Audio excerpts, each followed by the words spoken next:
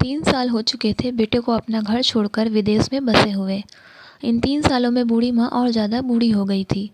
75 वर्ष की उम्र में सुलोचना देवी की याददाश्त काफ़ी कमज़ोर होती जा रही थी। उन्हें रोज़मर्रा की चीज़ें याद न रहती, लेकिन जो हमेशा याद रहता था वह था उनका बेटा। दिन हो या रात, एक पल भी ऐसा न होता जब उन्हें अपने बेटे की याद न आती।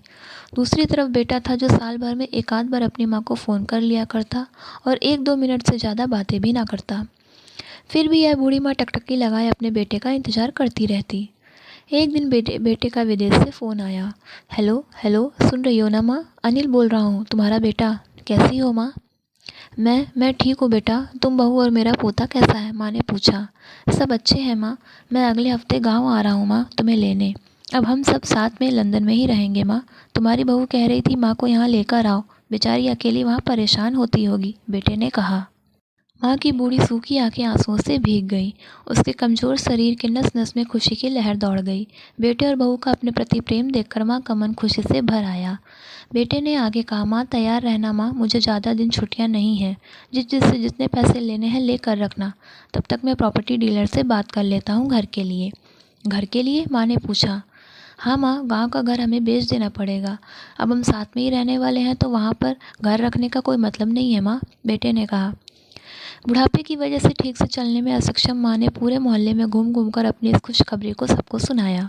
सभी को खुशी हुई। सबको लगा माँ जी के आखिरी दिन अपने परिवार के साथ खुशी से बीत जाएंगे। घर वापस आकर माँ ने अपने घर के कोने कोने को ऐसे देखा जैसे वे अपने दूसरे बेटे को देख रही हो। देखे भी क्यों ना, उस घर को अपने बेटे से कम थोड़ी समझा था। अपने पति के साथ 40 साल यही तो बिताए थे, लेकिन अब मजबूर थी। बुढ़ापे के आखिरी साल बेटे और बहू के साथ बिताना चाहती थी। दिल पर पत्थर रखकर घर बेचने के लिए माँ तैयार हो गई। आनन फानन में बेटे ने घर को आधे दामों पर बेच दिया। माँ ने ज़्यादा नहीं, लेकिन जिन चीज़ों से दिल लगा था उन चीज़ों को समेटा और बेटे के साथ टैक्सी में बैठकर एयरपोर्ट के लिए चली गई।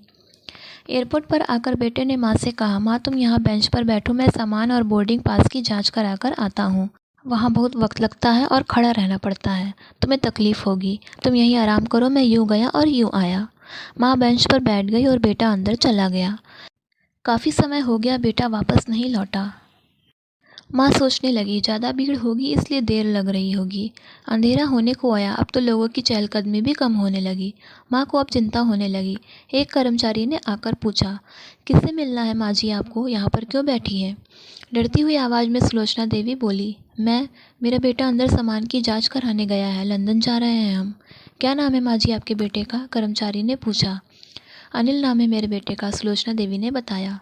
कर्मचारी अंदर गया और थोड़ी देर बाद बाहर लौटा। उसने सुलोचना देवी से कहा, माँ जी लंदन जाने वाली फ़्लाइट तो दोपहर में ही जा चुकी है और आपका बेटा भी उस फ्लाइट में बैठकर लंदन जा चुका है।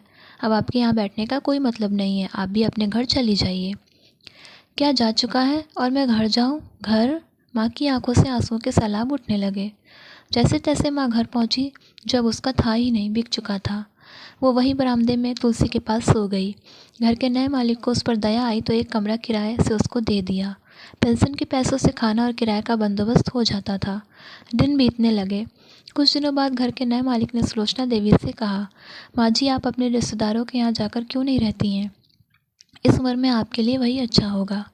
अच्छा तो होगा, लेकिन अगर मेरा बेटा वापस आया तो उसका ख्याल कौन रखेगा? मेरा बेटा बहुत भोला है, उसे अपना ख्याल रखना बिल्कुल नहीं आता। मैं कहीं नहीं जाऊंगी, क्या पता कब उसे मेरी ज़रूरत पड़ जाए, माँ ने कहा। दोस्तों, सच बता रही हूँ, माँ की ऐसी बातें सुनकर मेरी आंखों से आंसू आ गए। किसी ने सच ही कहा है, पूत कपूत हो सकता है लेकिन माता कभी कुमाता नहीं होती।